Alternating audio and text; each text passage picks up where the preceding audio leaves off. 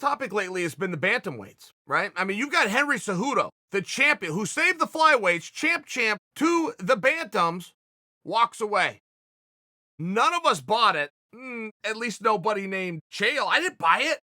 Wrong. He's gone. I mean, he stepped away. He's gone. Will he come back? Time will only tell that. But let's take a look at the bantamweights real fast. So you got Cejudo. Now, the big surprise for me, when he retires, okay, that's an actual term. There is a clause, by example, in your contract that is built in. That comes with certain things. It becomes a legal term. So to classify as retired, you can do it as simply as he did it, which is to say the words, I am retired. You can come back just as easy by saying the words, I am back. But once you say I'm retired, things happen.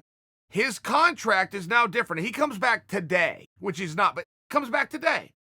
For example, he would lose out on pay-per-view participation because he is no longer the champion. Being the champion is very powerful, very hard to gain power within this industry. But if you have the championship, you have a level of power for good reason. Largely comes from respect, but either way, you still have it. He gave that back, making it all the much more sincere that he truly meant that he was retired. And he did compare this to his wrestling career. He said, look, I went out on top in wrestling too. I left in 2008 and I never returned. That sounded cool. It just wasn't factually correct.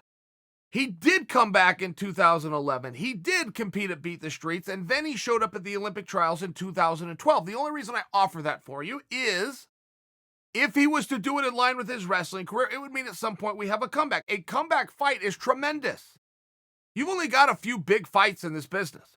You get a title fight, that's going to be a big deal. You want to know the next best thing to a title fight? And in many ways, numbers will support that it's even bigger than a title fight, a comeback fight. But when you're coming back to a contract that is not going to resemble the contract that you left, all of a sudden a guy could lose motivation. I'm not making a prediction for you. I'm just sharing that when you want to talk about bantamweights, of course you have to start at the top, which is a champion who walked away from it. Now, you come down to O'Malley. O'Malley has to make this list because I was actually just asked a question by my buddy Ryan. Ryan says to me, hey, are the bantamweights going to get dropped? Are they going to be on the chopping block just like the flyweight discussion at one point? I said, man, the bantamweights have never been on that, even the discussion of the chopping block, as you put it. Flyweights were, but the bantamweights never have been. And don't forget, one of the rising stars of all of MMA is Sean O'Malley. And he happens to be in that division. Oh, should I mention he happens to be undefeated? So I don't think that we're on the cusp of anything like that happening. Now, Sean O'Malley did come out. Sean O'Malley's a young guy. He gets a little bit of a pass, but he came out and said, I'm not going to fight harder guys until the UFC is willing to write checks. Perhaps I misinterpreted that, but I interpret that to mean that until the UFC pays Sean O'Malley's opponents more money, he's not going to get higher ranked guys. A lot of people have pushed back and said, Chael, you are misunderstanding that.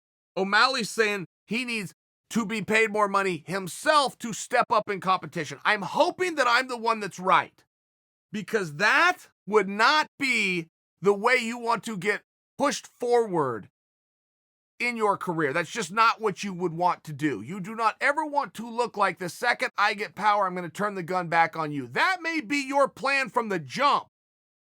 Bury that in the back of your mind. Don't ever let it be known. But I still do think that I'm right. I think what O'Malley was saying is until they pay an opponent more money, I'm just not going to get some of those top guys. Look down here. Aldo versus Jan. Now, this is cool. More than anything, this is really cool. Imagine you're Jose Aldo. You were given a number one contendership fight. A world pandemic hits that is no fault of your own, and you lose the opportunity, and then imagine you never get it back again. That be unfair? Would that be the nicest way you could say it? That would suck. That would be awful. That is something you regret for the rest of your life. No fault of your own. So the fact that Aldo is now being reinserted in a fight against Jan, which is being proposed, not to mention the X's and O's of that fight. That is a killer fight for many different reasons. That is a fight where Jose Aldo could become king again. Absolutely. And that's a fight where the Jan era could also kick off. But that feeds right into the winner of, say, a Sandhagen versus Sterling fight, just by example. Then you got to look at TJ Dillashaw. I'm not sure there's a greater beneficiary of the champ leaving. By the way, he happened to leave 4 days after he told the world via the media, I will never give TJ Dillashaw a shot at my championship again, ever. 4 days later, he doesn't have a championship. Dillashaw is only 7 months away from coming back. Look, 7 months is tomorrow, guys. As this division starts to figure itself out and it starts to form, TJ Dillashaw starts to become a player.